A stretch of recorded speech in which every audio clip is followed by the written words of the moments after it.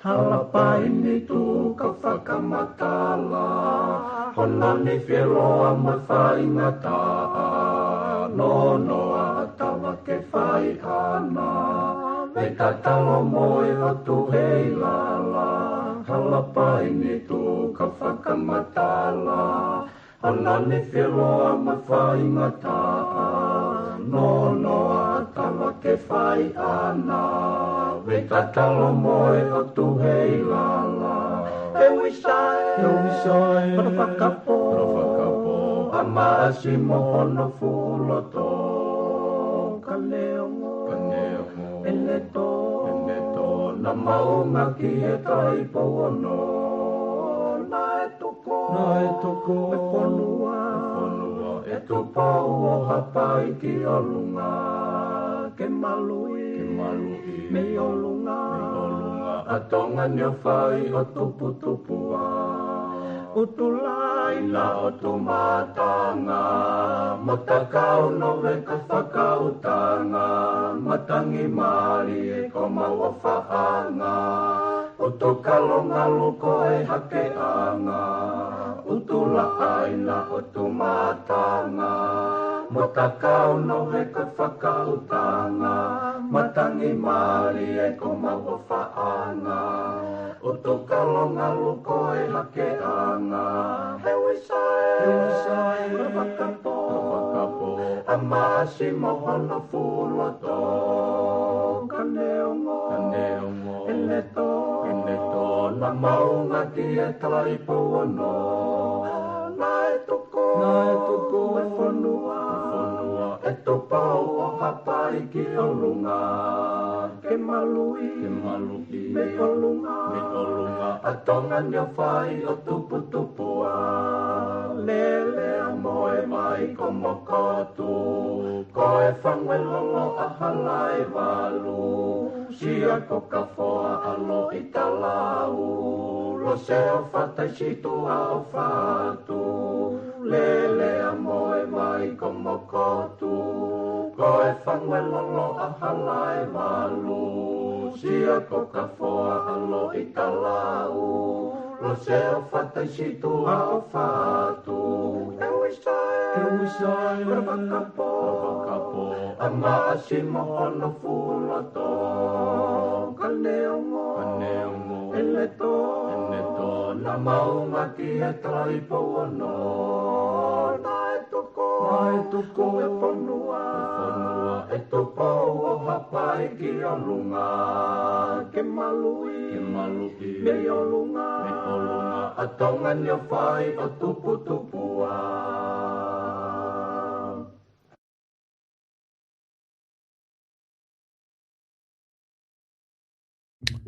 Ko kori ke huwhanga mo i he talamalo e whanua, ka mai ngahi tala whakatapu kotope, o ku whakatapu atu me he polokalama ni ka ata mo e whainga maari e koe ni, ke o atu ai ho mo polokalama ko i e whatwhanua wha o ke he whiawhin, ko he ni whoki pia mo e whakawhonga ko i ato tapu whitu, ke ma whahoko atu tau polokalama ko ia. O i whewhini ka ua te tātai lere, tātai loto whia maari ke te kimotolu ko toape, me tātai loto whia ke te kimotolu ko toape, o kumau kau mai mo ke maua i he polokalama he whewhini. Pehe ke te kimotolu, te moto ki kau mai lotonga i polokalama, pe te kutuk mau hoa taimi ke mamata he tau polokalama i he taimi ke, o ku whia ke o atu e tātai lere, mo e tātai loto whia ke te kimotolu ko toape. I he whewhini whako whia ke tātai lere, ai whawhawhunga i he laine, Paula Piven Pikala. Piven mala tau mau e whewhin, malo e ngau e pe mei. Tongana kau ilo i ku kei momoko pe whoke e ai. Tongana kau mou whewheha ke Piven. Malo solo pa malo mo fa mali. Yo kole de pike hu fanga te pe fatapu.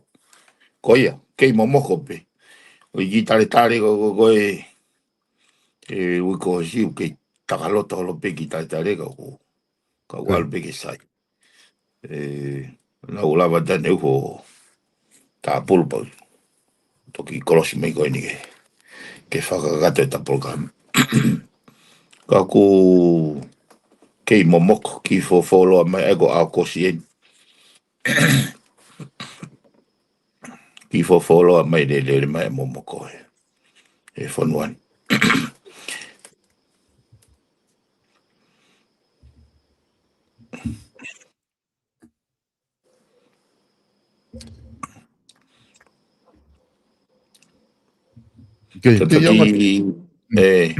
Kutaki ai pepe lava programa o de e tipen be me lahi tare. Ko behe ke ta hoko atu ki he e ta polokalama ko ngā ko habe ko ngā e lava ki ta talanoa he whiawhini. O ku ki mua ke lo maki i mai ko he tare he whiawhini he ta polokalama bea ta toki whakaukau le vai ke ta ki wakai he wekau. Kai awha be lere e tupe kataki i kamata mua me he tunga ko i wharearea. Ko os mahina be foki na e o si tuatu ai whawhisia Tomatapua, ona po se mesika. I he kabineti na asimai me he NPC, ai muike koe na e whahau koe na o kabineti whao, si koe tahe ni ngahi ngā ue i kabineti, pia ni whawhisi leo me hano laka. He mahina koe e ola koe le hopo, mahina koe o kukei tutu ni ai pia kuhalaia ke ansiti. Aia koe tuunga rewa koe ne o si tomu a whawhisi lewa me he ne hoko koe minista he kabineti, ko toeni ai unga koe ni ki he wharearea ki hono unseat koe o ia. Mahina foke whakafofonga ia o niwa tahafitu minista paanga malolo na ne os whawhispe ia ki mua he hiri mai pe koe ia e whahoko ngai tutu ni kou kuhala ia pea na i kei wharearea pe kai he tuu koe ia ku tutu ni e whakamau pe moe lao i whakamau tangi ke na halai ai pe pia ko mahino reba tutu ni e ansit ki naua i tutu ni ko ia la ka koe tu ngai agua o ke hata ni miko fe vakai tu pe ku os mahino mai ha taimi ke te motori fare area ke fra hoko ai fatongia ko ia ko pau fo ke ansit ki naua pe to ki i ui leva ha filisi e piveni ko i sol o ku malte foki fare area e moni te ko ni ka hau malo e whakakatua i pe ai tawakoia. Pea e tok mahino rewa a moiangi. Ai e taimi e whaia e whirisi. Neo was lai pe whahinga unau wasi. I express pe nau. Nau interest ki he whiri e. He whirisi. Oku maho inga fuk solo ke tau siolo loto ke issue ni. Ke tau sistem fili, sistem i whakawharearea. He kono moni ke tau ngā oi ai whakarerei whapolitikare. Ke hoko mo oni. Moe amana ki ai kakai. Ko pau ke tau koe ke utui o hame i mamani e ton pasika be me kamata ke hosi. Ka ku malawa he continuous improvement ni. ono tautou whakarere tautou whakakaukau o whatatau me alo e taimi. Ke whahanga au pe sio loloto e whare area.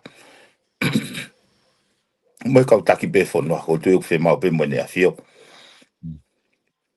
He ku, neongo katoa e tau whakakaukau ki e ngahi liu me whakarere whakapuritare nai whai. Kau kei mo ui pe koni sūtone. Kei mo ui le pe koni sūtone moi mawhai pure ke whanua. E koe ne a fio. Ai o kei e koe ne tūko e taimi ni. Tau o seanga whatoa ngai. Me whili ko o si. Ne an si te toko tolu. Whili ko ni an si te toko ua. Pene ongo e kapau e hikai ke tau whai ha mea e hoko atu pe. E hoko atu pe palpalema koe ni. Hoko i pe unstable, hoko i pe tae ka pasa ai anga. Whakarere whanua.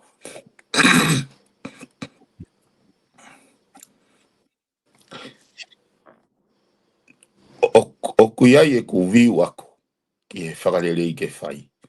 O kou amanaki ke o hake mea koe ni whare a rea he ngahi ui ke koni ka hoko mai. Ke utara noa. He kohona mua ni ka pau hika ke tau whai ha mea. Koe mea ta tau pe te tau e fua mai he. Kai te haolai ke ka pau hika ke tau whai ha mea. Ko ni tukan tai mini whonga lolo tonga. Kai ke te ha whonga ke hoko ai ha tako a pare mia. Ka koe e whatau hospe. Whakapone pe. Uhinga pe he. Foi tai mensin ko ia whainga tāke tau o mai tatoe pule le rei ke whanua.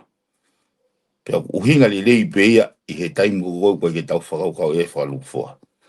Uhinga le rei pe ia he taim tau una tula sio kita pe ko to ngai vaenga. Kai ke, koe foi paradigm shift e fe mao.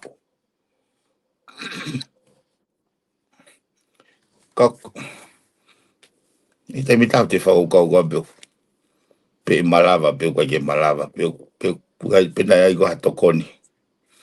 Ai mama e lotu mo e ako. Ke ne hanga o shape anga whakau.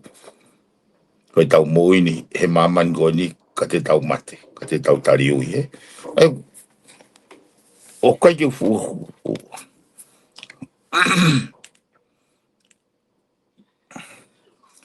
O kai ke fu mahinoi. Peo. Ke ko tui o e tokoni au pito tau mua. Tau pepe ke whakamaala ala me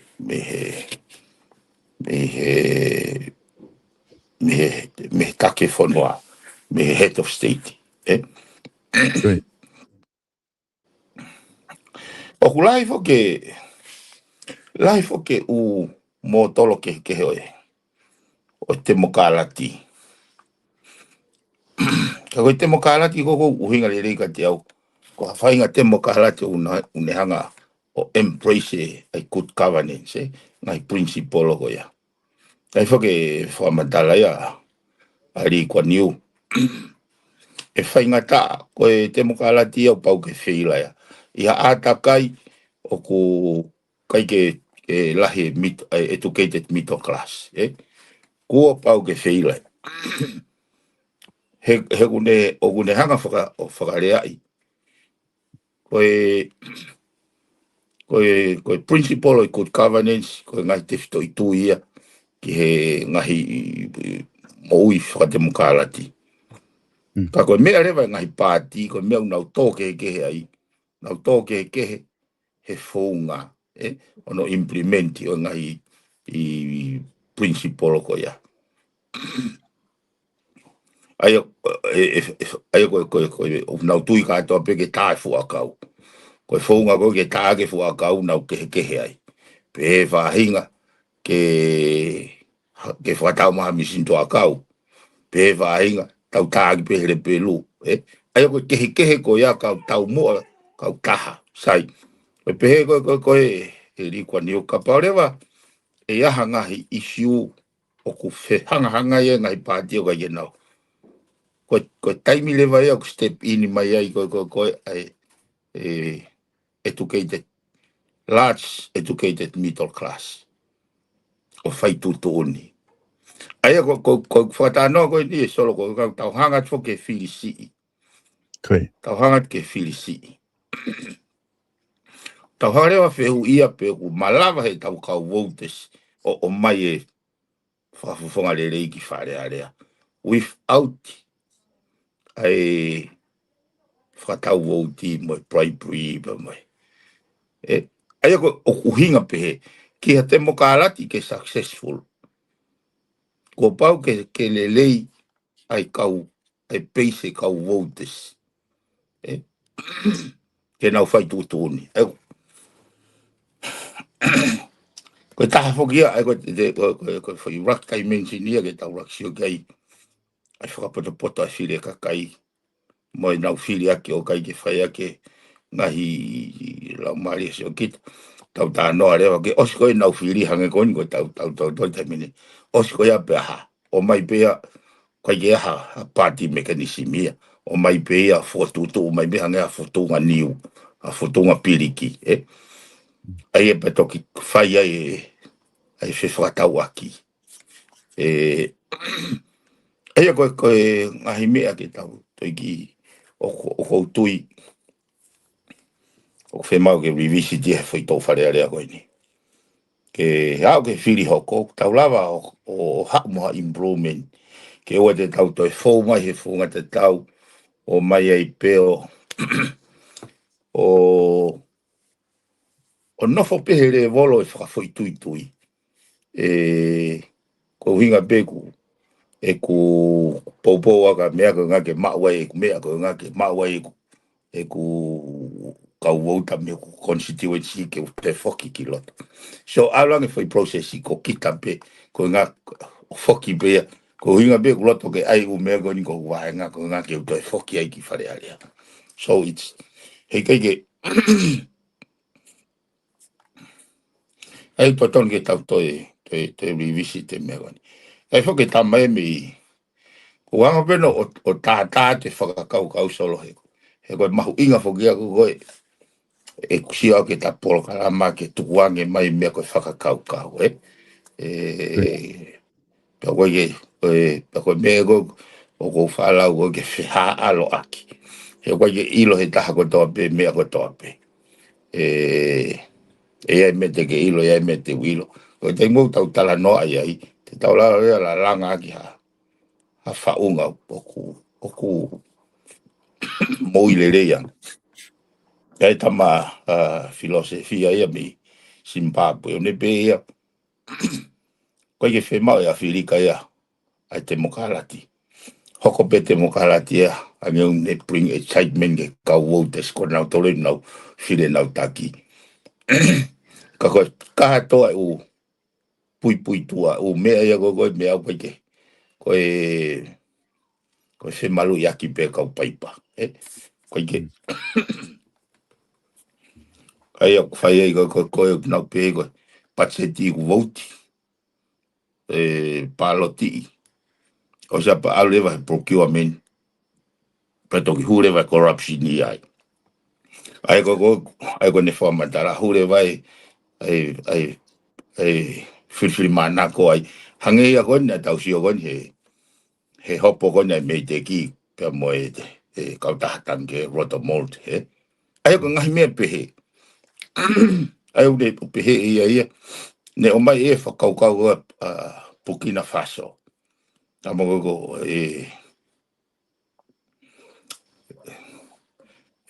Tampalesteni ko Burkina Faso. O ku practical oriented ia. O ku ne lava ia o tisai te mea ule reike kakai o whaitutune. Anti-corruption. Au me alu ia na tula koe na alaka Singapore, alaka se aina. O au ngai tunga.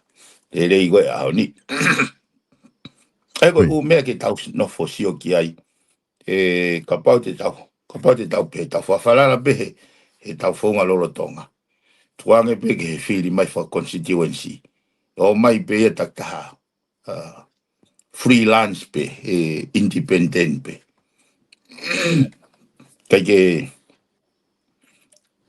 tawa e to ka fonua ai mahuinga fili go ni mahuinga ke tau ngau e ke ai isi tau fita la ko me a ni fa ko ya solo van ki e ka hau ta be fa ta no de e fe ma go na solo Koi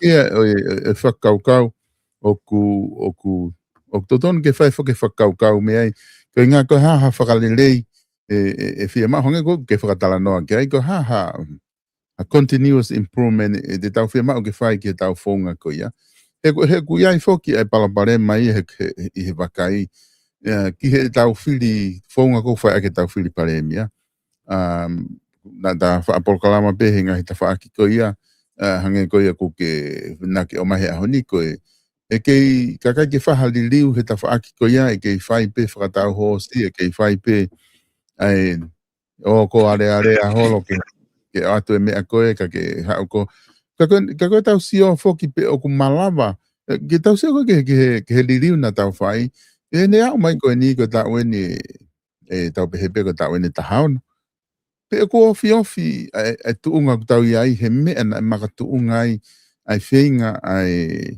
kau tangata na hwanga matua i mai ai liliu wha politikare ka wai a krisi kau taki lot mo hai fua ka kaina na hwanga o te ka i mai ai whakau hangi ko mengau minister ki mua na nau whai ngahi whakau ki ngahi mea whakatemokala ta ko ngana tau pehe whako whiri e he tu i e kau minister pa ko whiri e tu i e pare mia o ku kei lahi pe palo pare mai i he tau whakau ke te ka i mai te ka ke hanga mo he kakai o whiri e tau pare mia mo whiri atu e tau ka whafonga whiri e tau pare mia ke alo e tamako ia ki loto o take whonua kai kei tari ui mai pe ki he kakai ai ko ngai o pehe ke whaiange hawakai ki ai pe ko tau ofi ku mau nai he whaunga whiri ku tau whahe tai nimi o ko tau ofi nai he whakaukau nai makatu o ngai e tau whenga ke tari ui e pare mia ke kakai me ngahi mea koe o ku anga pehe e tau lere tai nimi pe o ku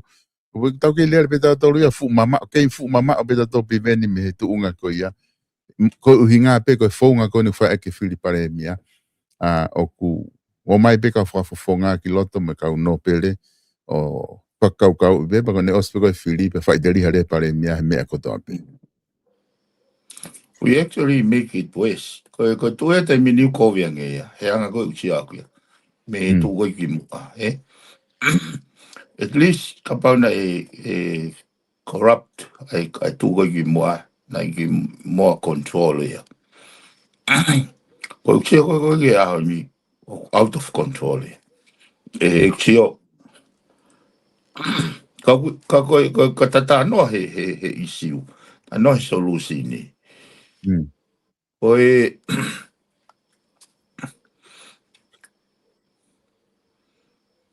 ko pehe ko wai pe fo ke pehe ke fili he kakai laki fili he kakai pare mia ko solution ai fai a pe fili fa lu fua ko solutions ka to u tai mention ko ya ko u kong a pe foi pa solo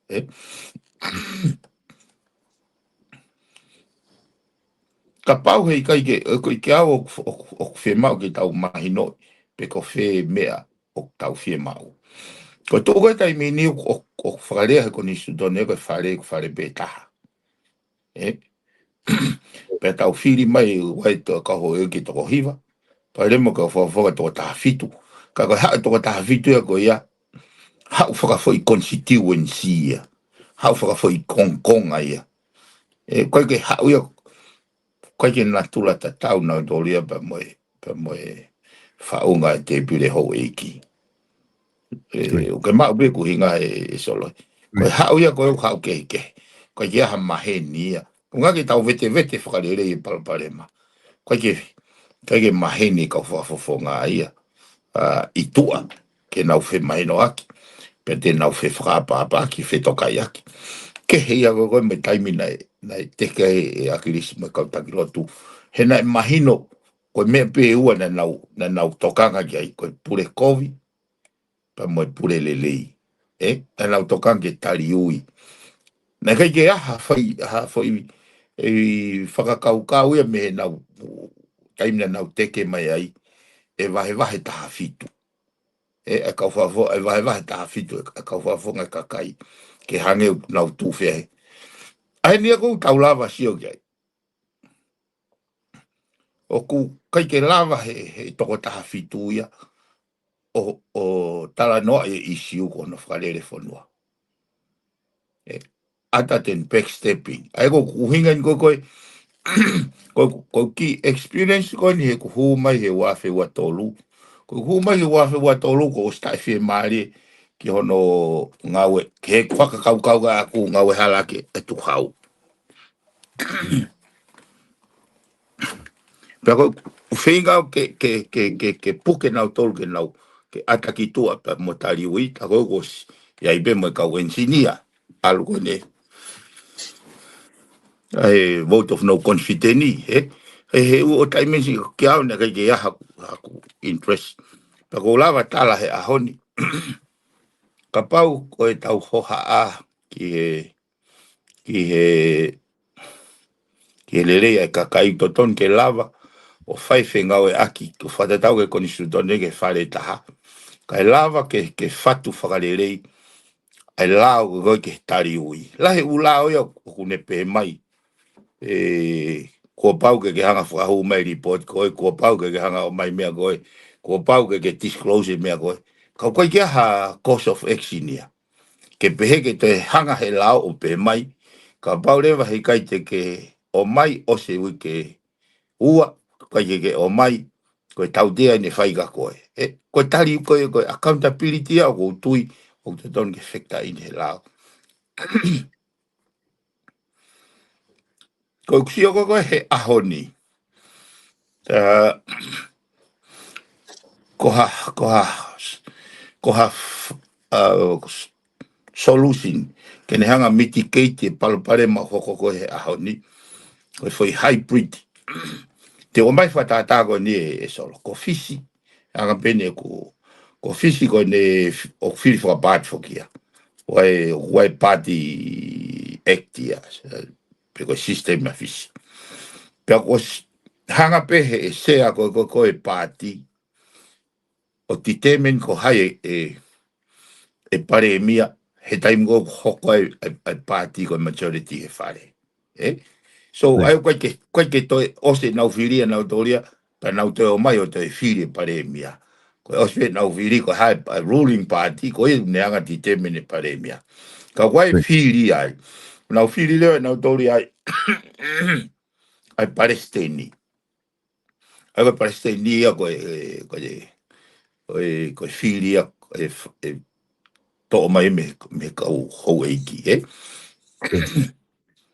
whakatau wha pe tatau pe mo fili ka une mau e ai mafi pe ko mafai o e tui ai go wiheni ko ia une oversight ko ia une vito ko ia une hanga dismiss mai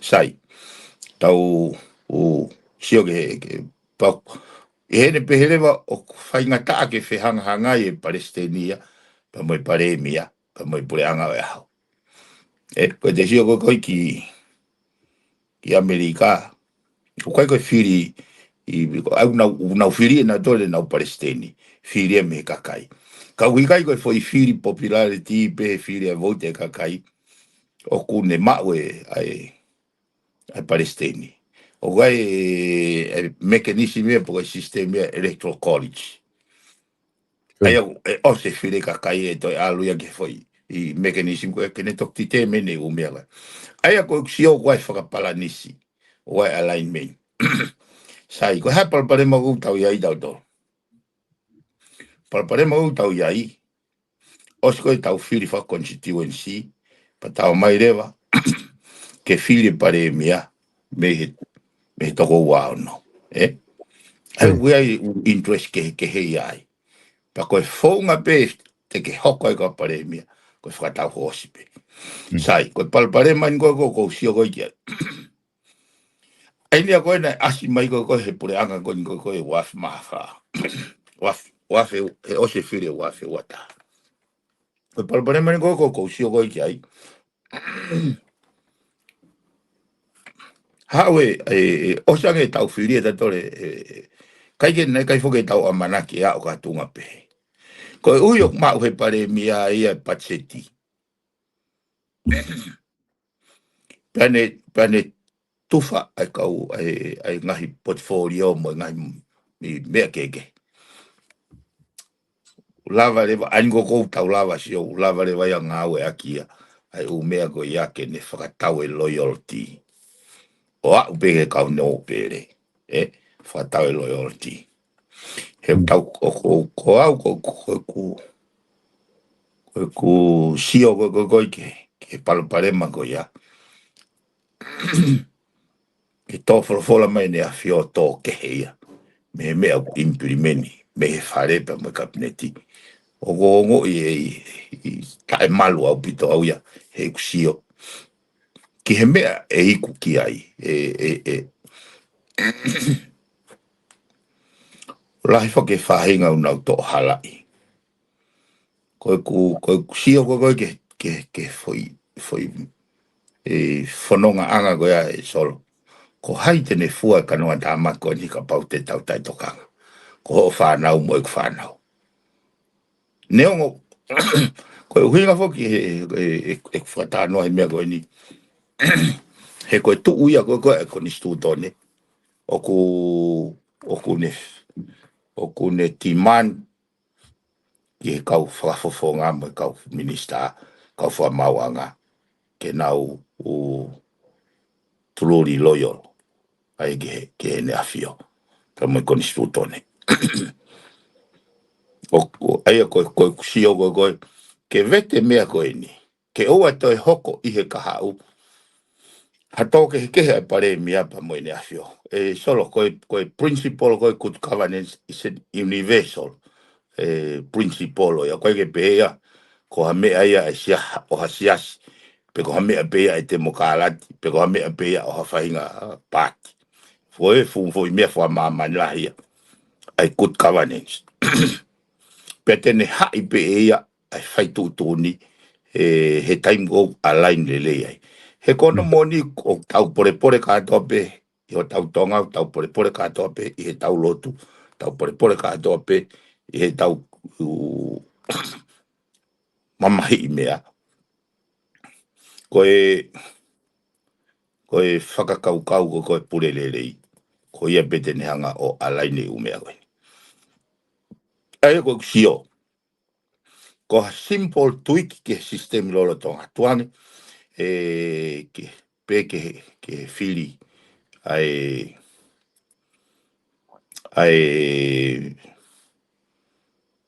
whaka constituency ai kulava fili kakai ko fili ko ai pare mia pa mo kau minista ko me ene a fio pa mo pare mia ka ko fili ko pare mia ko kanko sio ko he foi tu ko te mini ke alaini ke o e hoko o fe paki he ko ne fe paki ko ha me iku ge iku pege revolutions iku pege ki he civil war ko en pro takia ke fe paki ai fra ai tu ai fare pe mo ne afio me iku ge ko fonga ke avoite me ko niko wanga u sio fa poto kai o whatever ko tau fai me go lau go e ri kwa niu ke tau build a very large educated middle class ke fai tu uni tai go fe pak fra pati ai fe pak fra principal ai ai ko tai go te tau lava build pa tau to alu leva ki fai nga fa kau go ya right now, he taimini. He tuko he taimini. Oku o moni lau ya ko ai tama Professor Zimbabwe. Tonga don't need democracy. We need a military dictatorship. Kene tisaiti e mea tonu mo mea kuhalake. He kai. Koe observation ia me Afrika. O atu peo o ate whakaukau e te mokalati. Pea nau pehe koe mea aia. Pehe ake pe koe kautaki. Alo ngahi excited te kakai o pehe koe ni ko tau whiri tau kautaki. Kautau ak bena tō whai mea eu te koviangea. He corruption eh? Ai koe issue ia. Ko success ko Singapore mo si aina ongo fonua keke system keke. Me tan mena na tahai ko good governance anti corrupt. Ai ko sio ko hafahinga faunga ke ne patolo aki ke o e afe tangata ke faihala ke corrupt. Ko dui ko me ia pe ku purei fa tui fa ko distutone pe purei fa te mokalati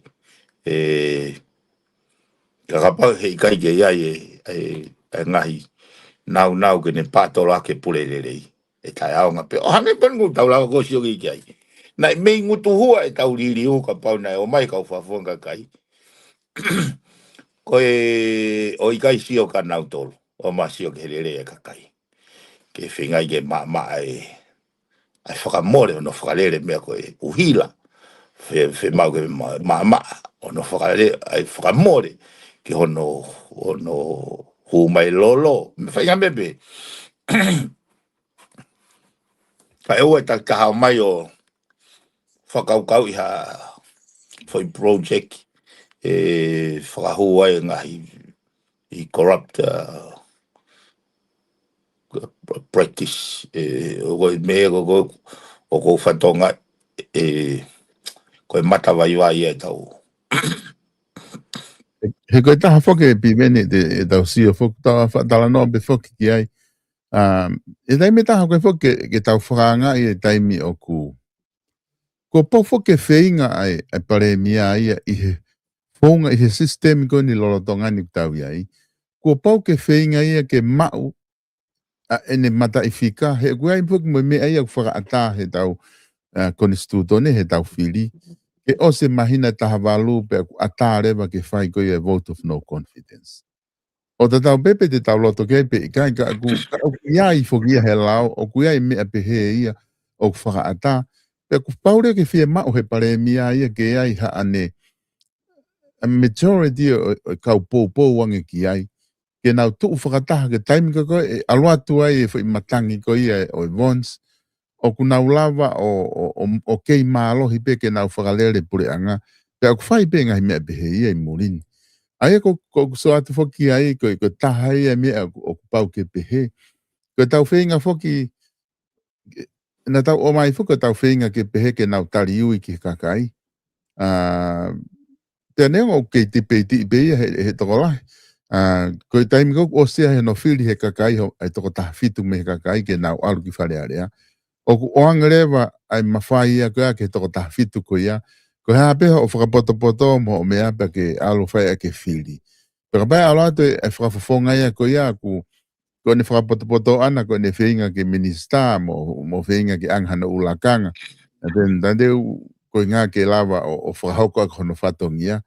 Ko pau ke nau ngā unu holo nau tolo whakatau hoosi ke whakahoko ngahi mea ko ia.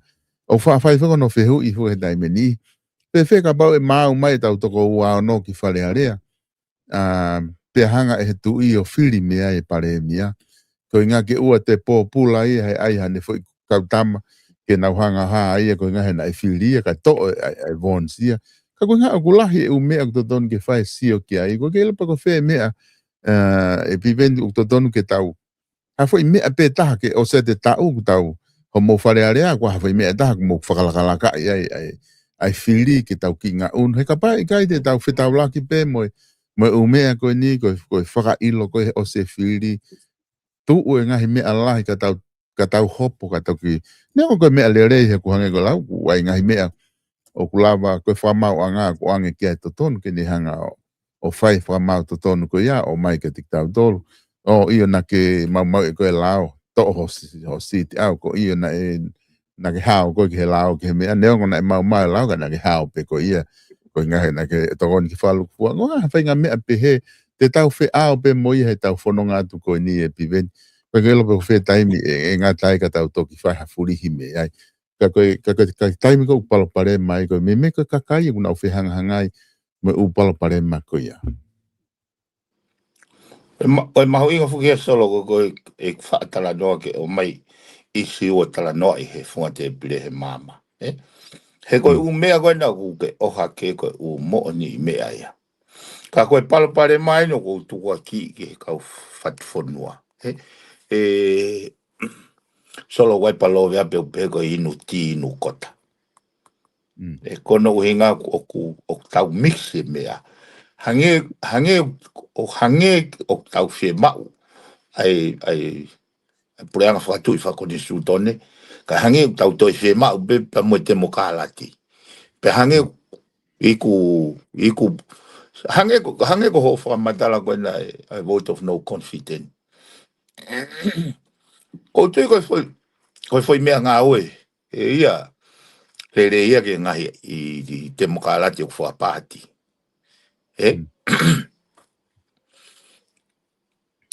O koe ke ngā oe he whahinga system koe tau tolu o whiri whakafoi tui mai ki loto whare area pa mai mai toko hiwa. Mani tui ko whatala atu koe composition e whare area tonga is unique. Te aha whanua e maamani au te hange ene a whare area, a wahe whare area ko tongani. Ka ko tongani pe. Ai ko no inga ko pau ke tau kome solution o kuek pe ki tongani. He ko me koko o ko pe ai me he foi tau tahani ma kon tau si o ki ai. Pa hange ko hanga ko ho wharea. Ka pau e whiri he tui e paremia. Me he toko wao no ko kui whare area. Pena toki tala noa i ai. Ono apoi. Ko kuhinga ke lava foi alignment ni. Ke hoko e pure anga o e tui mo e paremia. Ka ua ai ke hange ko e pure anga e paremia. Pea whihanga anga i e mo e tui. Kai via ka kai loto. O winga e glau. He kono winga he koe at the end koe te tau whanonga be matu o tu ai ka kai ke whiri whare area. Matu na tau whiri whare area me tau tolu koe toko whiha pe, toko tolu pe i tongani, toko uai, vava, toko uai. Pena au toko whitu, toko taharewa e ua. Oi poini ko usio koe ki ai. Koe whakakaukau koe kakai ke whainga whiri whare area. Ki mua he wano hango fulu, kai te ke ririu e mea mai ke haun. Hange penia koe o mai koe ai, kau misinare mo i lotu. Ani koe na tau katoa ngai tau wangi au. Na o si ai pe lotu tonga ia. Na o si ai pe ai civilize whakatonga ia.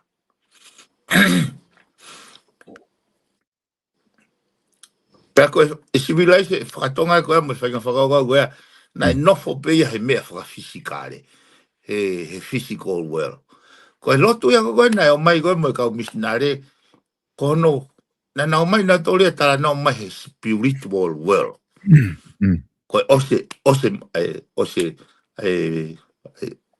moi koe niu toi ai moi i after death. Ko tau tole ki mua na kai ke pehe ia. Kau kewi nofo pe whakau ia. Ai te wate whakatata koe kei tolonga mea koe ne. Koe aho koe na tui e lotu. Mo a koe ho e ki pe na ia no lau mari e. Koe angai whangata whakau he aho koe a. Pea koe toenga rewa e kakaina ugo koe tua. Koe nau hange pina toko e mon manu. o whankuri whanga. Kai ke hana ula o maari o huinga koe ku whaeku. Koe anga ia tui e lotu mua. Ok, o mai pe o mai ke haoni. Koe hahana wha mōni. He tau ke o hake pe malo e lau maari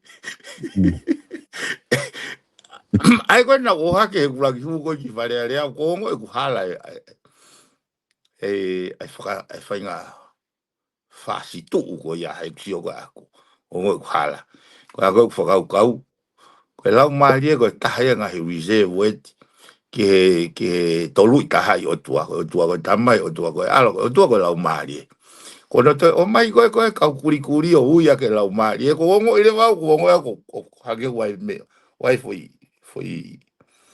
lipstick ia pe wa foi ko anga e ko whakau na wongo hala pe kau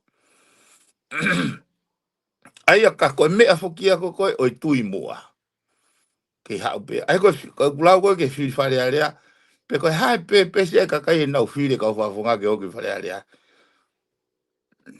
ko me ko ki mua ki ta tau pe me ya ai fe ma ure wa ke tau whenga we aki.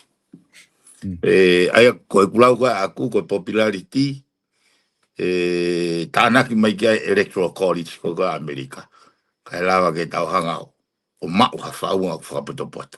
Ai koe mea koe koe pehei ko ha way forward me heni ke he whiri hoko. Hanga whokau. Totoni ke amendment ke koni sutoni. Ke lawa he tui o kau hono whatu. O whanua hoko, o whanua. Ke unga ke ave loyalty ai kakai, o kei i alaini pepa mwene afio, ki e pare mia o au i whuke whare are apa mwe. Kono ave ko manga ua, alo e pare mia mwe pacheti, no whai tui pa mwe, koni sutone mwe kere, pe hange u mawai ua le vai, ania kou taulawa sio ai goni, o koko he o eigi mwe whare are ahani. He hange whaka whakamatala koe kuke o mai e piwen. O ku mahino o bito ai whakaukau ki whakaloloto ai aho whakatala noa. He ku uhinga whoki. He ku kapau te tau nofo he whainga whakaukau koe pehe.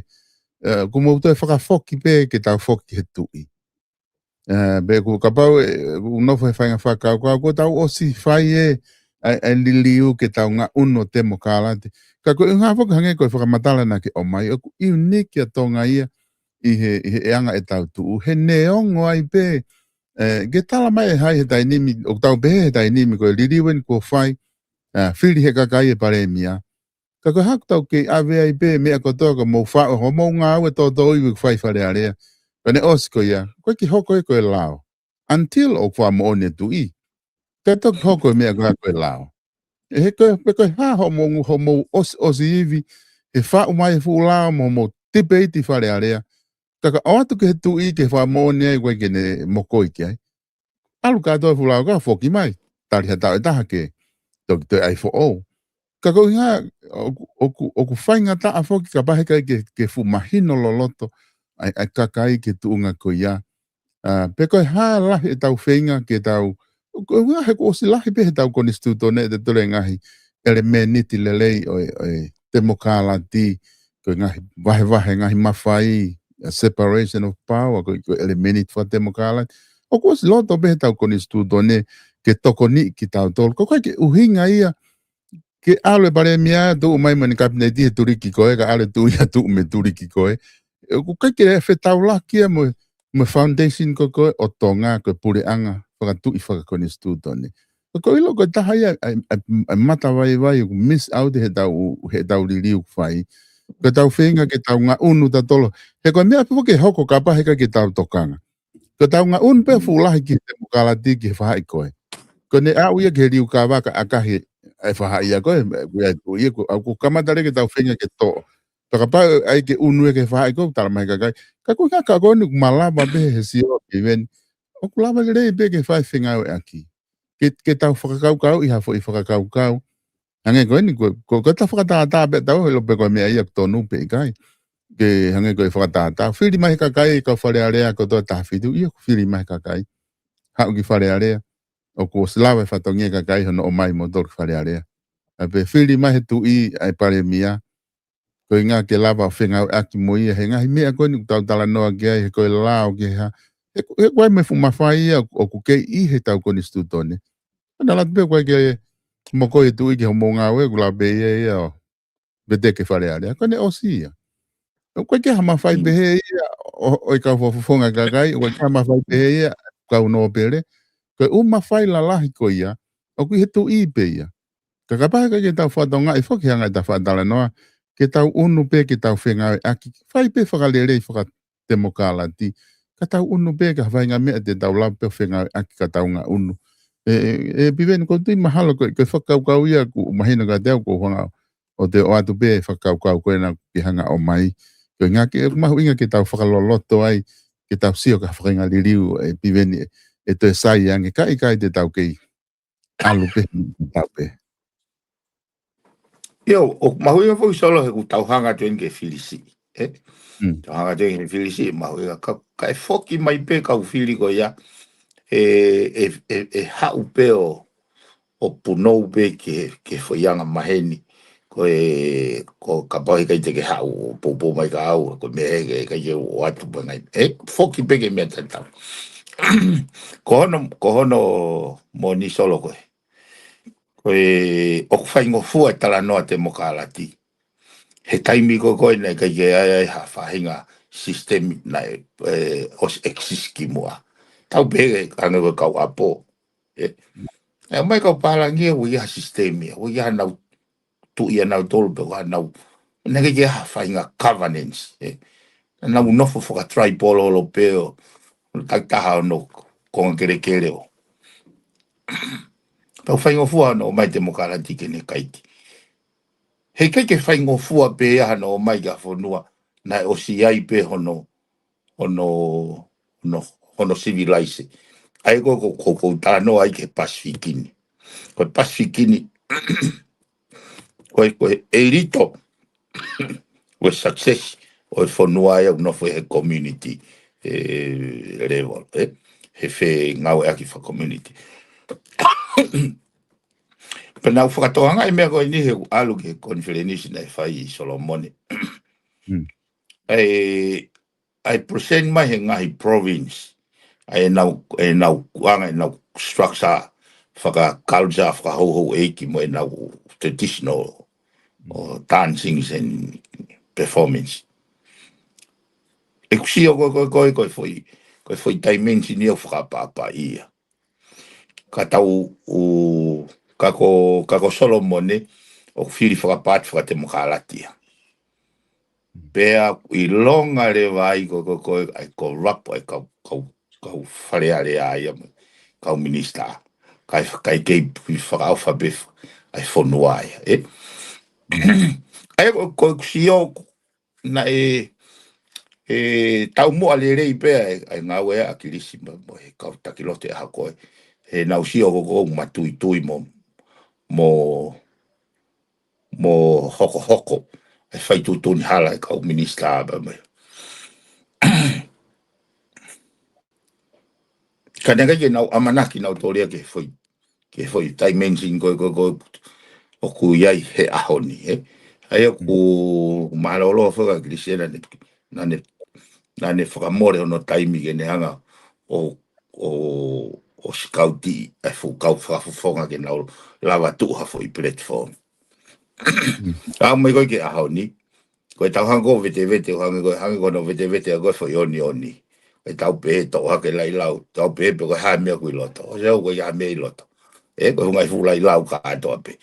O se ange koe tau wa mai koe ke ahoni tau sio ke. I he whiri ke funga whiri mai tau sistemi. O ku wana polo au pitoia. Ki he whakatauere ai corruption. Mai pure kori. Na aku whakaamu au ia. Na lava he pare mia koe ni o whakari taula I mai ai pure rei. He otometiki pe holo e misia ke o wawa. o mea mo nia ko ni maui ui pe pure le ia o ku alu na tula pe ke alu pe ke ai fai ngai tanga ta ke a fe pe ke ko tahe mea ko hanga whatonga ina lava hiki pure anko ma tolu ko osi o whawhi maari e o ngota kilo ua ai ko lahi taha o ngahi ngā ue na mau whai ke whakarere ke service ke kakai ko no implement ngahi project ke tali ui pena whakahoi fua ke ne afio pena taula po tala he anga ne whawhia ngai ngā pa mai to whakawhie maari ke kakai ai anga hanu whakarere mai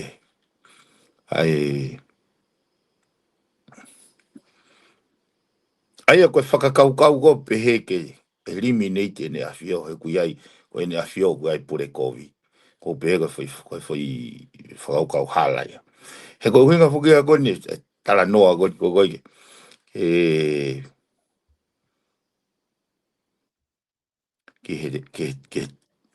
ke pehe tokua ke tau tu awe i ko ni na tau ko ai ke to whakafoki ke tu i e solo ko fie whakamanato e mea koe ni ko nisu tone ko mawhai ko to ape o kui he tui ko executive ko executive ne afio ko legislation ni ko legislation TV ko legislative ne afio ko judiciary ne afio ko ne tu ko u mawhai tolu ko hoko whatongia peke ne afio o kuhala whakalao whakamolare whakonistu tone ke whepaki ngai sino ko apa mai ne afio ai ko tau sia tu ka paure wa kai ko me eu tau fie mau ka pau ko anga e whakau e pure anga pa mai mea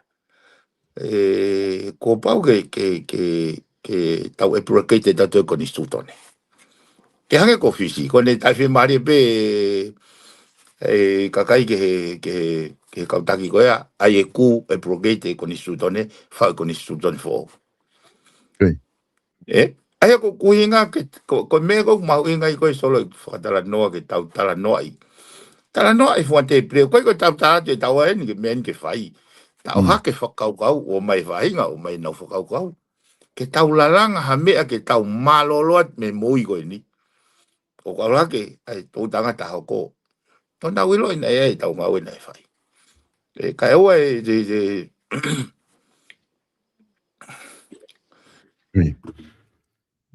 Ke tu fo ke piveni e whakaukau ko ni ka pau te ta wha osmai ki ai ke taini mfo ke tau whiri whakawahenga wahenga ta whitu mahino pe ia na e whai tau whiri whakalukufua ki mua pa tau hao whiri whakawahenga ke whakaukau fuke ni i he tu he taini mi ka pau tau pehe o kwa ki te ha mea liriu tu mau pe mea kotoa ka tau whenga pe whakalakalak ka tau foki o whakawahenga whiri mahe wahenga e toko ta whakalukufua whiri mai e whakalukufua e toko ta whitu tau hao pe o latu hua tu pe whai mea tatau ha e toko wao no toko ta whitu mo i toko hiwa kau no pere whiri mai pare mia o tau pehe ai ko ngau tau os ko whai mea pe kuririu ko tau ririu me whakawahenga o whakalukufua ko koe ke te ririu ha umea ke he ia ko ke tu ma upe umea ke he koe hae ngahi ha ke he e malawa ke whakahoko ka pau e lava foi step taha ko ia ka pau te tau hanga furi hipe o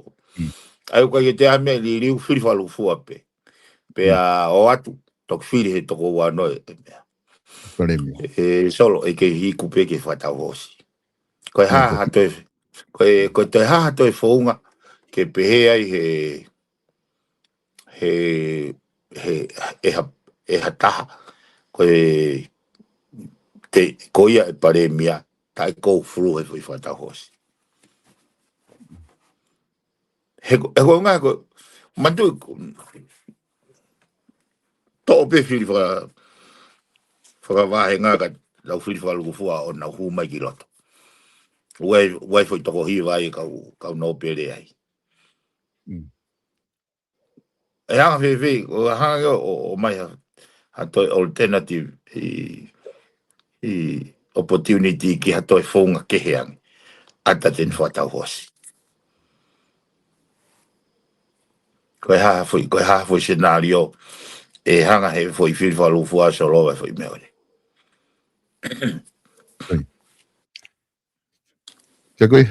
ka pau tau sa tu ki ai pimen hi kunga foi tau sia tu ka pau ko me ai te tau nga unu ki ai he ko ne ngo me ka ke tau lava he tu e tai ni mi e ka ke tau pe te tau malava te tau ta foka ke pe a foi diri e hongo full ka ka tau te tau pe te tau kamata forms me ha feitu somewhere pa tau pe tau diri e ki he ai ku ta sa ta ka pe ki a fu me ai e ngā ue ai ka pa te tau ai pe foi ta ko ia mo tau amana ki e diri wai fa tau hosi mo me a kange ko ni ka pau te tau pehe ta toria ka pau e tuku e whiliwha wahenga.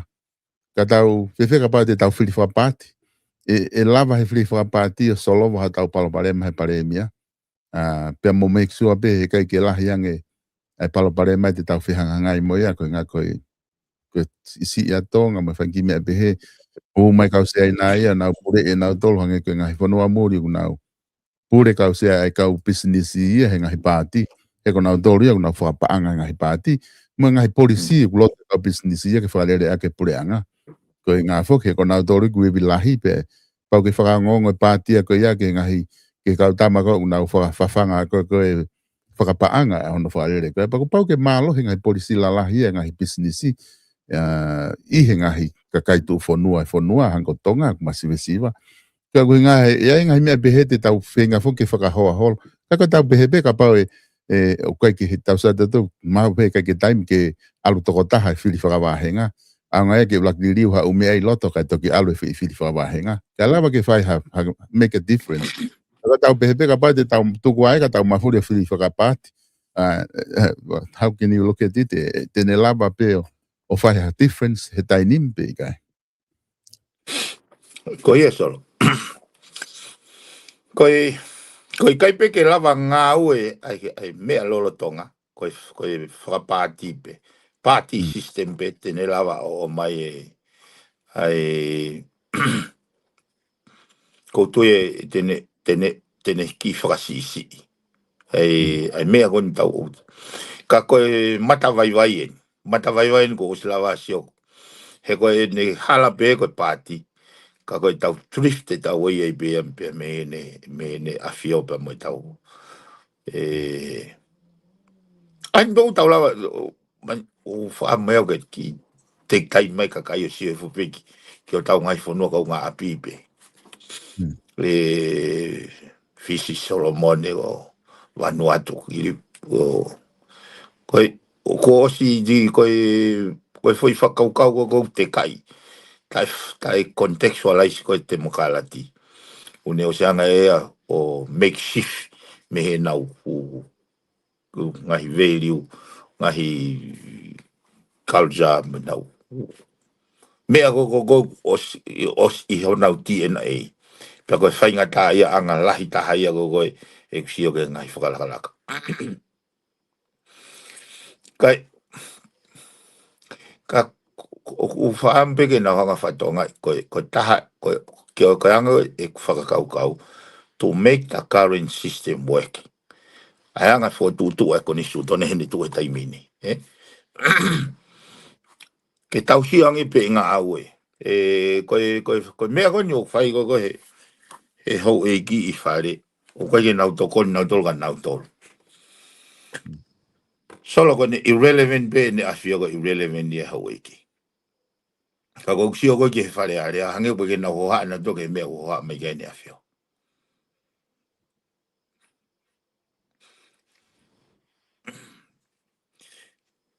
Koe mahu inga koe ka au e kusio koe bauna ke hanga mana tu wai o wau e tama te a whiga o wau e kau polisi nei o mai koe ke u whawhalangranga e bautanga I oua whawhi mai Prince Kalauni nā kuloto he nā kula wā tala mea koni ko mautolu koni kau minista aku haupe mo alu Ko sino to tonu ko sei tu to tonu ke ave ga loyalty ka tama te afi loyalty ka policy to tonu ke alain bege fale ne afio. Ko na mate aki go ke fai ke kakai o matunga he na alain na loyalty. He ko me na hanga fatonga he ka ke tau hau pe pare mia pa aloe loyalty ka ngawe. Hau pe pare mia aloe loyalty. Fetongi pe aloe loyalty fonua fra mai. E ango sio. Hange ai te foki mai me go pipi mo ai. Ono ngai uru ka la ko ko fra mai fonua fra o fa ka pau e furihi pe ai pare mia. Pe furihi ai mo loyalty e ka ngawe. Na kulo to ke mafuri pe ka ai pare mia mo minister pata loyalty e ka ngawe. Ka nga fa bra nga pe mo ka kai fonua. Okay, ke alain bege ne afio. Ko anga ixio ko ke tolonga. Ata tente solo ko pau ke tau. Ko i kai bege me ko tau u disregard kato. Ai u faunga ko. Ka pau he kai ke tau lava o make it work. Ke au ko tunga fa tu ta makien. Ke tau pepe hange ko sio wa ko ke issue kon ko matatoa. Ai asi mai tai fi mai ne afio ke fa o fatongi ai pureanga pe ko pureanga fe ko issue ya pe ko pureanga fe ka ko issue ko malava ke fa ko me ko ya ka go si o pe ko ai pe mo ne ka le solo e ko no moni ko ne hoko ne to hoko ne ana me ko ni ai fai te riha ai lesi pe ko tamago ne lise api he hoko te sapulisi mo mea go ya kai te kawa le saia ai ona ai holda o hoko ya i tonga ta fitu ko fa tonga i tala no ha ke e kau ofisa koloma mea ai go ilisi he sia ina me motu atonga te ha sia ina e te sapulisi tai ilo ga motu atonga ke te mau inga te la ya ai ko fain ko mea go feku pe mo ne afio he mea go ni tene solo vai palparema ka toa kaua i mai kakai. Foi whaton ko ni, Ai ko umea ko nea ko katope umea ko ni au fia ko mea. Ko tengo na ku lau i fai ai komeni ko a li kwa niu ko ne pehe. Ko te mo kala dia ko pau ke feila ia, ka pau i kai ke lahi feunga ai educated middle class. Ai ko ngare vai xio ko ni mea. Ko pau ke tau la ngau da toria ke enlighten e kakai ke mamani. O ko tu ia ko mea ko hoko ko ni tene fra mama kakai. Ke fra poto e nau fili. Ke nau lava tisai te mea totonu me mea hala. Ka wa ha pe ta o fra tau e te voti. Aki ha fainga mea fra materie pe a afea e te he ka pai lava ka kai o fai tutoni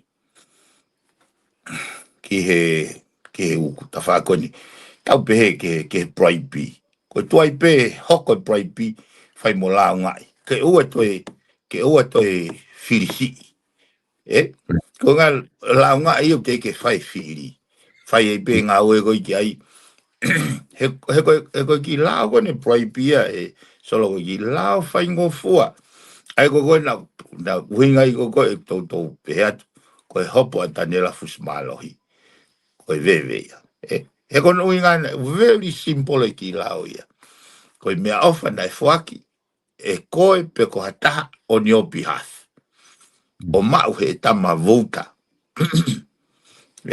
kai loto he mahina tolu o lao ia ko break ai ko ka pau te tau alo ka tunga kwau ko ni ki ala pa ta tu fa ta ko ngai ka rotonga ko ya ko o silipoti e ko ke como son fili o fai nga o ke fai ngo fu ko ke fe mau ke ma ka fa mau ke na ma o to ti temen ko bright pin he ko stala mai pe foi ele meni ti tol si o solo que foi ele meni ti tol he tutun ko ka fa mau tangi hopo ko Daniela. Pe pe na ya me offer na ne fuaki. Directly or somebody else on his behalf. Now pe ko ke pulo me ko ya. Ko he ko ha vota na ne receive pe ko ke pulo me ko ya. E ka to e were me ni ti ka ke ha substance ka ke pulo ya beyond reasonable doubt. Ka ko kuhinga ni so. Hai hu tau go through a for expensive exercise. Ke to kia ke fa mau tangi na dala mai. Ko veve ka to na mo mai ke help. Ko hai hu ngau tau ai. Ai ka ko corruption ni foki. Ka ko kio sol. La he u mea fe mau ke fai ga nga au pa ko tui fe mau ke sio ke to sio he fa vakai ne fioki ki he tangata privy councilor ko ni ko talketi o gai tui to ton ke activate her royal commissions ke fai hanga au na to ki fa no ha ke no interview Paula tu po fega aki pa mo na awe ke me go he electricity commissions ko o mai u fa matala me ka nga he electoral commissions mo u natula tataupe I don't know abuse pe mo corrupt ko I'm gonna he shipping he sistana palpare mai me tataupe ene mo ne ke ai ko sio la he mau to ton ke o feunga ke activate a royal commissions per time da tau ko tui to ton ke hanga pare miao activate a royal commissions ke u me akonyo tu kwa ki ia ke ai ngai pure anga kon ko osi kon no inga ke fai mo o setole u mea ko ya he kwai ke tui ko ke tuku pehe i petai he ko tui ko to ton ke taliui accountable ai taha ko to peke na u fai tutuni tau te fito me ngai ma fai ma lunga kai lava ke tafelere fonuan ki ka hau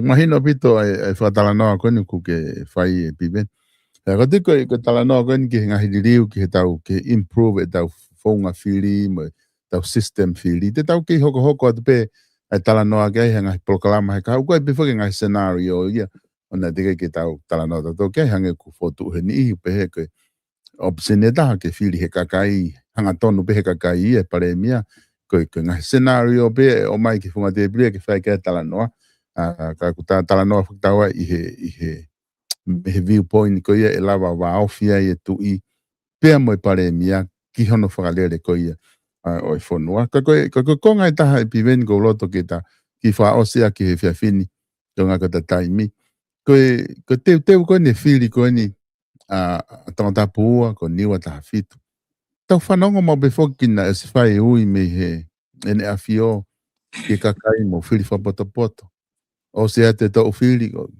tau pēwa i pēke ko ni ihi ko na nau whai ko ai whawhe pake tu i o whiwhia pē e wahenga e kake na o mai na tōki loto o ku kaisi o te kakai e mingai wahenga ke he o kaike mo whapoto mo tōl kau tamai bina tō ko ma whapoto ena ka ko ngā ke o siange u wālau me u mea kotoa ku tau whekuki mo ia ka ko fofua ki eni ki kakai ke nau hanga o purei ke nea whai haliriu ka kuna uloto ka kuna mei full dama kia he whainga tā ia he whainga corruption mo mea ko taha ni ki whakatemo ka alate ku atu ka tiki nao tō ko to tonu ia nao tōlu ke nau whiri maha taha ke ngā ko taimi mo tau tōle kakai whanua ke tau ngā unu ki ha stepu e taha o kutoi ki māmange ke whiri he ka pao i kai te tau whenga pe hange pe ha tau wilo pe ha fwisia kare ke tau whalerei e te mui mea koe, palpare mā te mui mea koe, whalerei e turiki koe, palpare mā tue.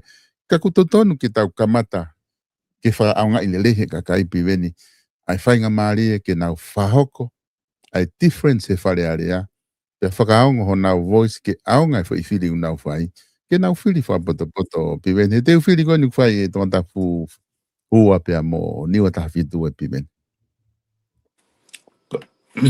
Ko ia, mōna pita mea ke whatanoa gai soroka, ka koe isi uen. Koe uhinga e koe pehe koe di kwa niu. Whe mau, a very large educated middle class. Koe ha ne whakatonga le rege, very large educated middle class. Ko ha populous, ko ha kakai o ku mama pea i kai masiwesiwa nau nima. He ko uhinga e ko thrive ai mea kona tau kala noa ki ai. Kono inga he o koe tau, lahi tau ngahi vulnerabilities. Lahi tau ngahi matawaiwai. Whaka ausia, whaka tamai, whaka lau maari, whaka koloa, whaka paanga. E whai ngofua rewa hono fulu e kakai ia. Ai koe poini a koe e kuanga koe kumai noi. Ai whakatoka tala noa koe ari kua niu. Ko ha atakai o kui kai ke whiunga ai ka tolahi. O ka kai o maa ke nau whaitutoni. Ko ha atakai i pehe e kai ke e pound e te mokaratia ke whiu. He kono mone i koe at the end, koe essence katoa i te mokaratia ke pule i le whanua. Harewa aonga e tau alu katoa e tau ngai combination koe ni. He kou tui solo koe hinga whetai whe maare ake. Ai tui pa mo ngai preanga koni. Koe whetoke ke aki i he whetuku aki corruption pa mo ngai mea pehe. Hanga kou sio. Aio, ki au oku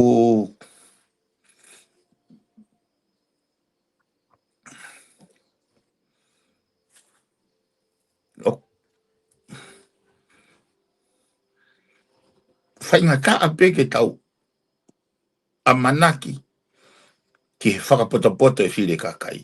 Ka pau koe, na e lawe a e nea whiope ke whinga i ke mo ui te mokarati ku pau ke whinga i tunga whakaekonomika. E ku tu me alain he mea, he kai ke lava he tau whainga. So koe ngai moni mea ni. Pese te walu o tau kakai, o whakawhalala e nau mauanga, paanga mauanga moi, he subsistent economy, informal sector. Pese te walu. Ki pese te pei e tahaua, o i he formal sector. Ai koe tau pehe, ke thrive a te mokalati, whe mau ke tau au da tō pese te ono noa a formal sector. Uinga e kufua matala.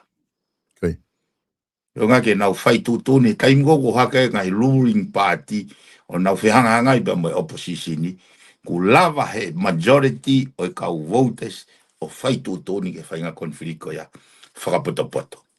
Koe ai koe ke o atu e pesete e valu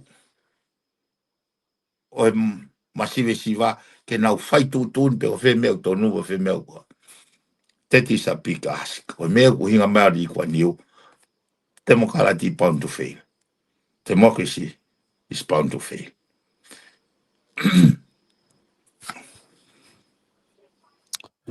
Maria pito, e piven kako peheku ke taki whiunga i he whiawhin. Koe ngā i he taranongo ni ku ta hanga ke peku mi ose ta hoa taha makonga. Na ta pehepe te ta o hoa taha koe ngā ka pau te e kovi te ke tare o lahi a pito. Ku lava peo o whahoko ta polo kalama o kakato o pito pe te o wate taimi. Waha meo ke loto ke ta ki i whama o ke whama o opoi. I kai te ta toki hoko atu pehe wika kau. Koe na te mo whale a rea wika kau. Ta toki hoko atu pehe.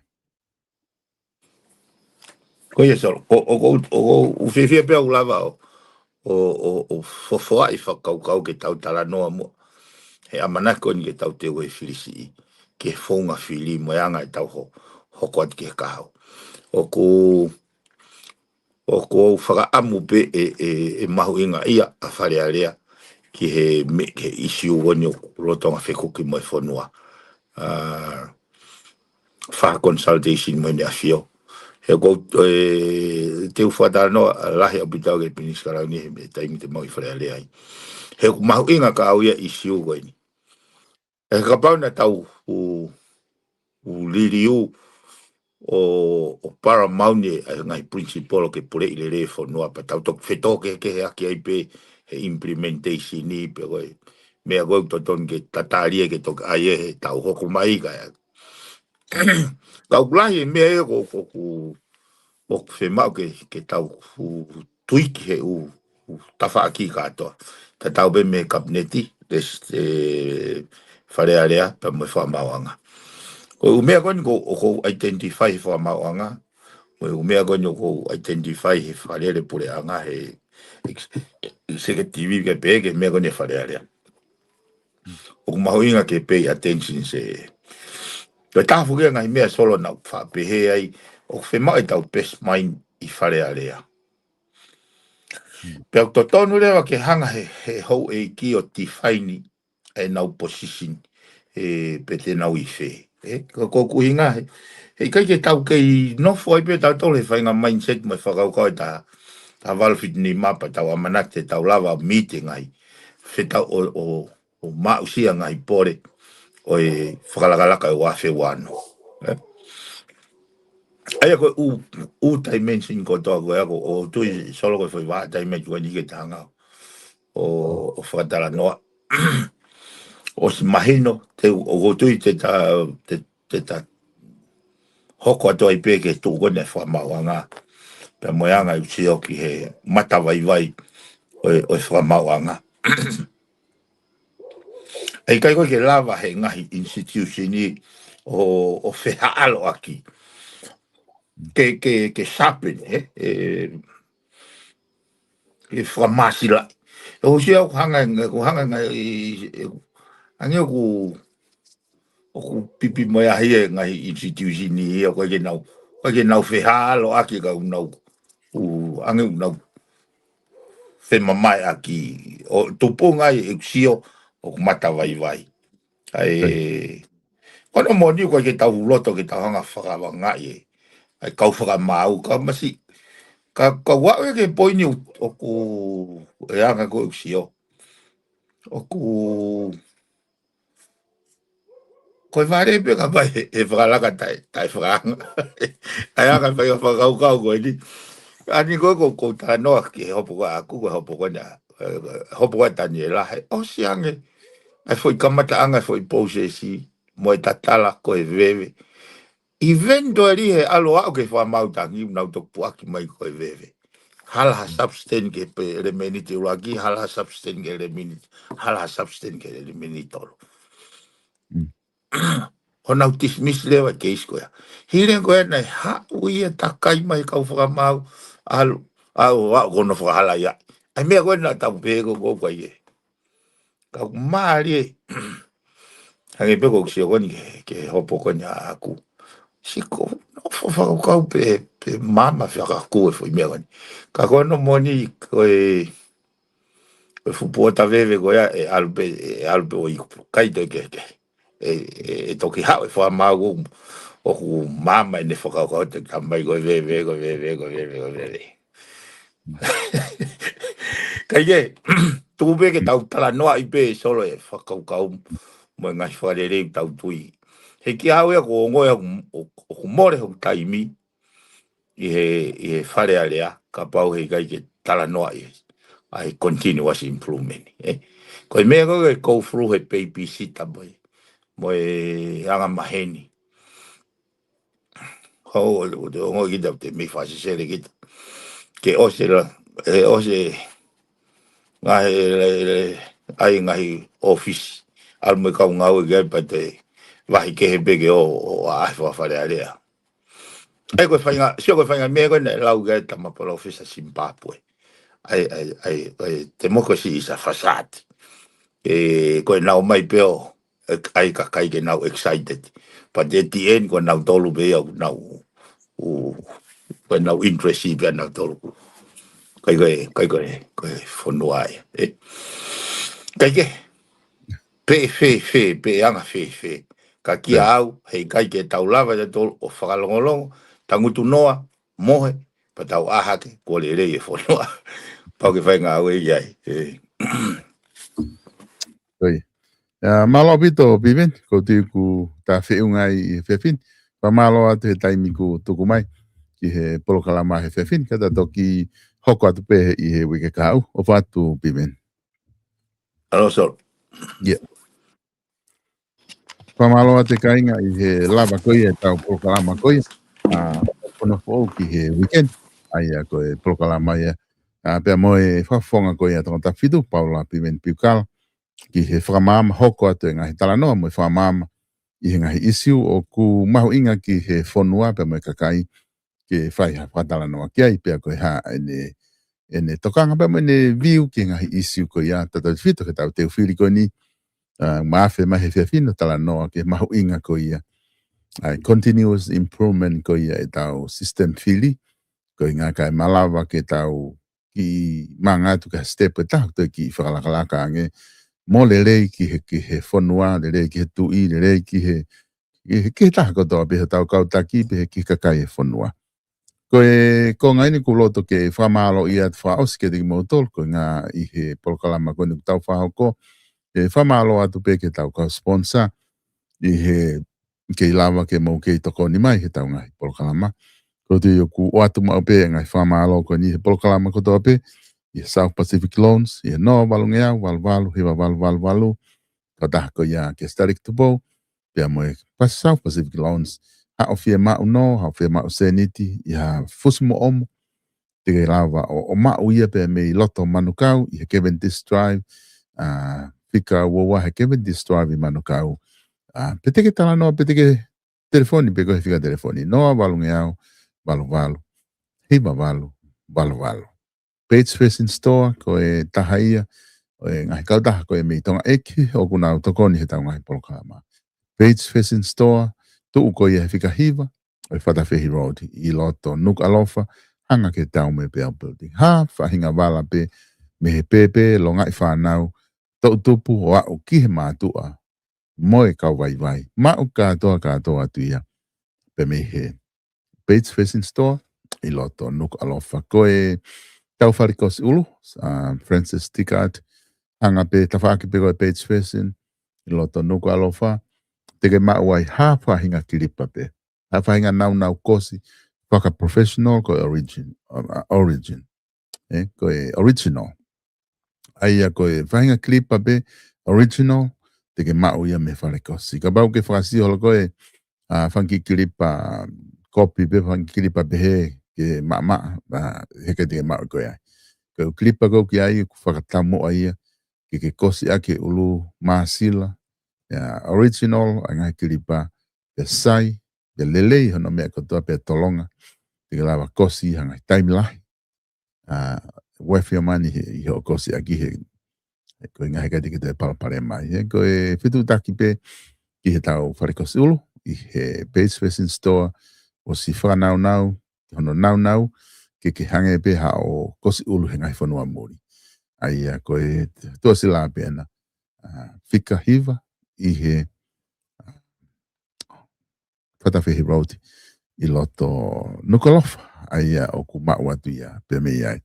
Ko e kautaha ko ia Cheryl Fenija ke i tuake doi pe ko ti o ku ke i lahi pe ngahi nau fo o me loto Amerika ku nau hu atu o ku ke whema pe ke me ango si o mamatai ke lava mau i halal i he wal fitu noa wal ni matolu pe ko telefoni tolu noa tolu wa fa ke tiki nau tolu te nau lava reba o togoni atu ki ate koe i he ngai fia mau ko ia o ku ke fia mau ki ai ko e tau tahamaka ko te si i loto Brisbane, Queensland, te ke lava mao te ski ai, ka pau ke fia mao, ha kawa o dahamaka, pau ke fia mao ha mono, ka pau ke fia mao ha live streaming, moha ngai mea pehe, ka fika telefonia na wase te pe ia te si, telefoni ke ai, tene lava le rei pe, ke toko ni ko. Mo tol ko mo fia mao maneo ke, tau maneo ke enge ngai ni me utulau,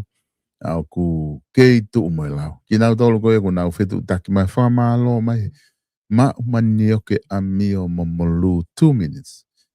Fetu taki mai, lava pe ke o atu ho maneo ke te koe, panga walu noa ke hau peo piki atu me i Backtail, i he Lauderdale Road, pe te ke tiriwa te te koe, panga hiwa noa, ke tu i okalanini, ke tu mo lau e tau maneo ke. Hange koe wha matala ko wha o atu, pe fangi maneo ke koe ni ukai ke teka ke nau toha ke nau tau matu atu. Ai whai pe hono tō, pe nau no mau te ke ke kamata ben ko ke nau ki lahi fe unga ke mo amia mo i fo pe taki mai leo he te ke ile manio ke hala ki fare holo la ke ki alo eva ko to o mai leva o mai hene ke molu was mo mamata mai big i fo o ku ke he atu he ka pau ke firma ko e to sila pe na mo telefoni wa set screen te ke la pe fetu taki mai ke o atu ha manio ke kano lelei ma wif ta tabe ai mana ke ngenga ko ni pe mo mo foi ka ka ai ke tok te si haki haka ke hanga o fa hat ke mo si ke pero fe na o kuifo pata mai ka ta ai pe la ka o tu a ke ki mane ke ngenga i ta u fi ka ma fu ka me ka ko si ma te na to pe na tu ko ni ore ke o se mane ke ka to ki la ka ai ka ho no tu a ke tu ko ngata ta proclama ke fe fin tanga bena e ongole rei atu ka tik motol, tau prokalama whatwhanua fo i whiawhinika mo mea, tau toki whilongo aki i he taimi ka hoko mai.